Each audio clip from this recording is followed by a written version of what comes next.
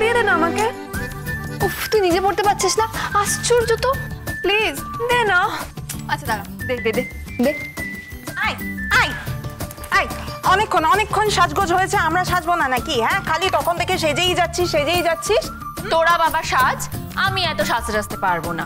আমি যাচ্ছি, একদম ঠিক আছি। আরে যাচ্ছি তো গায়ে হলুদে, এখন সেজে কি হবে? সাজবো তো বিকেল বেলা। একি তোরা এখনো রেডি হসনি? আরে বাবা, ওদিকে বরের বাড়ি থেকে ঘন ঘন ফোন আসছে তো, গায়ে হলুদ শুরু হয়ে যাবে। আরে হলুদটাকে আনতে যাবে। এসে গেছে তো এবাড়ির বউ, লক্ষ্মীমন্ত বউ নাকি? গীতা তো এসেই গেছে। ঠিক করে কথা বলো ওর সম্বন্ধে। কেন? এর থেকে বেশি কি ঠিক করে কথা বলতে হবে ওর সম্বন্ধে? একটা কলোনির মেয়ে, তাকে নাকি রেসপেক্ট দিয়ে কথা বলতে হবে। স্বস্তিকের চয়েসটা না থার্ড ক্লাস। থাক না, সকালবেলা ঝামেলা করিস না। সবাই এখন ভালো মুডে আছে। তুই বরং এটা আমাকে পরিয়ে দে। কি রে, মানে তোরা এখনো কেউ রেডি হসনি? এক্ষুনি হয়ে যাচ্ছে, 5 মিনিট সময় লাগবে।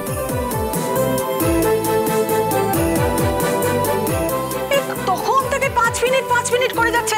এই, কখন রেডি হবি? হ্যাঁ, তাড়াতাড়ি কর, ওদিকে তাড়া দিচ্ছে তো। বনি, হ্যাঁ বনি, শোনো না, বরণ ডালাটা কোথায় আছে গো? বরণ ডালা তো ওই তো পাশের ঘরেই রাখা আছে। কোন পাশের ঘরে? ওই তো ঠাকুর ঘরের পাশে। ও আচ্ছা আচ্ছা, এই শোনো না, হ্যাঁ এই তো ঠিক আছে।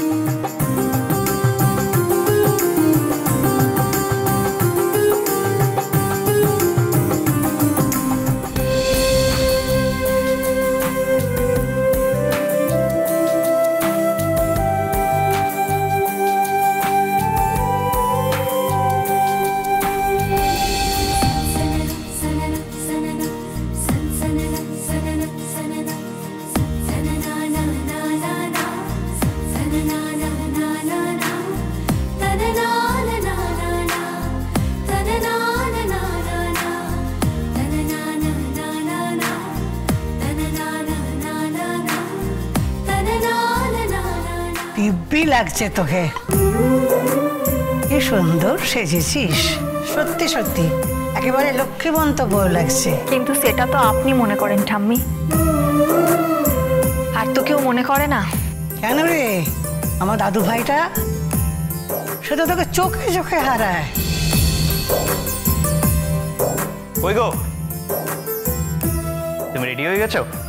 এই তো নাম করতে করতে এসে গেছে। কান ধরছো কেন ঠাম্মা? আরে বউটাকে একটু একলা ছাড় না, সারাক্ষণ চোখে চোখে রাখছিস কেন? চোখে চোখে রাখতে হবে তো ঠাম্মা। কেন? চোখের পলক বন্ধ করলে যদি হারিয়ে যায়।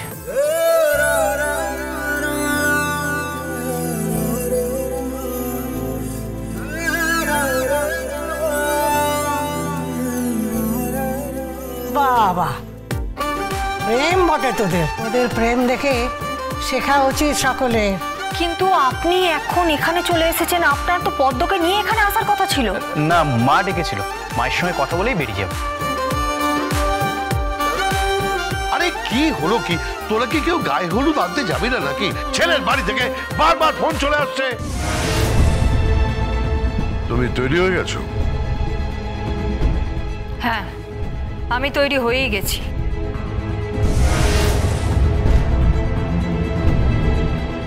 বরণ ডালা তুমি সাজিয়েছো? হ্যাঁ। আর গায়ে হলুদের জিনিসপত্র? সমস্ত কিছু এই নাথ বউ সাজিয়েছে, অন্য কেউ সাজাবে না। সব জানা আছে বাড়ির মেয়ে বউদের। তোর বউয়ের তো টিকিটি পর্যন্ত খুঁজে পাওয়া যাচ্ছে না। আমরা রেডি হয়ে গেছি, বেরোবো এবার। হ্যাঁ ঠিক আছে, বেরো বেরো বেরো বেরো। বরণ ডালাটা আমাকে দাও, আমি ওখানে রেখে আসি। আর হ্যাঁ, গায়ে হলুদের জায়গাটা সাজানো হয়েছে তো? হ্যাঁ, সব সাজানো আছে, ওখানে সবকিছু সাজানো হয়ে গেছে। তাহলে আমি এটা গিয়ে রেখে আসছি। তোমরা বেরো, যাও যাও যাও। হ্যাঁ কৃপান বলো। একটা আবদার আছে আঙ্কেল। কি কি কিসের আবদার? বলছিলাম যে গায়ে হলুদটা নিতে বাড়ির সবাই নিশ্চয় আসছে এখানে। হ্যাঁ, সে তো যাবেই, সেটাই তো রীতি। আঙ্কেল, আমি চাই গীতা গায়ে হলুদটা নিতে আসুক এখানে।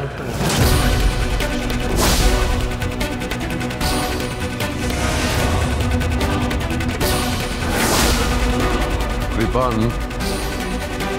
তুমি কিন্তু অন্যায় আবদার করছো।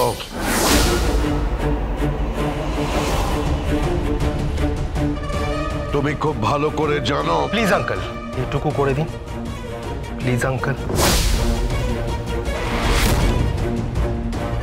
আপনি তো এত কিছু করেছেন আমার জন্য। দাদা, কিন্তু কোনো কিন্তু নয়, এটা আমার আবদার বলতে পারেন। হ্যালো হ্যালো হ্যালো,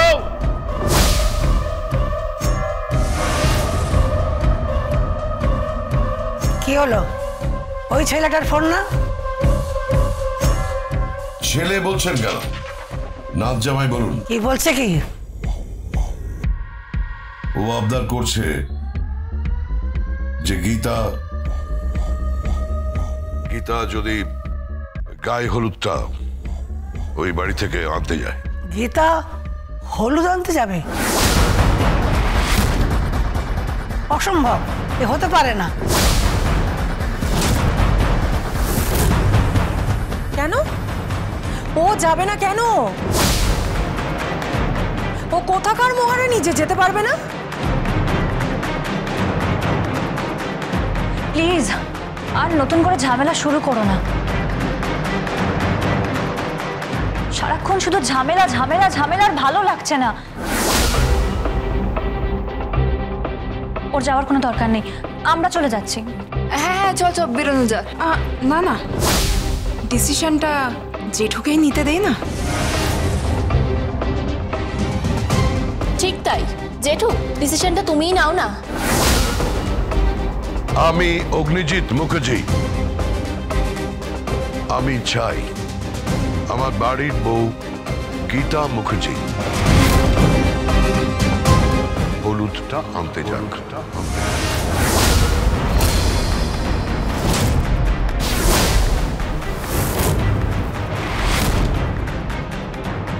বর্দা,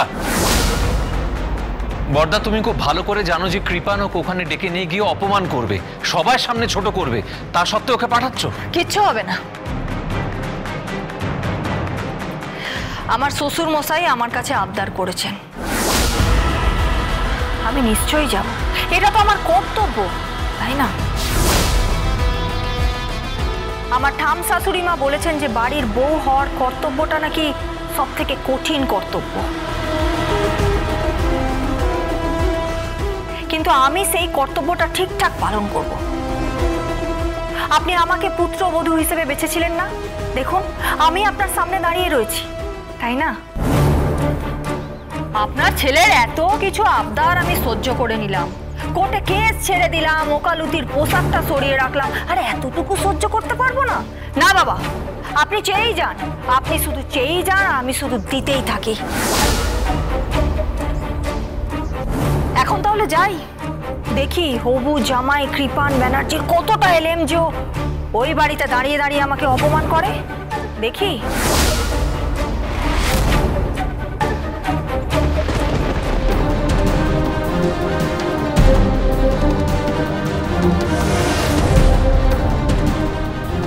মেয়েটা বারবার তোমাকে শিক্ষা দিয়ে যাচ্ছে, তাও তোমার শিক্ষা হচ্ছে না। এরপরও তুমি চুপ করে থাকবে, হাতে হাত ধরে বসে থাকবে? জেনে শুনে তুমি গীতাকে ওখানে পাঠালে, জেনে শুনে তুমি মেয়েটাকে অপমানিত হতে পাঠালে বর্দা। ওর সব বোধ চলে গেছে। তবে আমি তোকে বলে দিচ্ছি, একদিন এই মেয়ে তো ত্রাতা হয়ে উঠবে।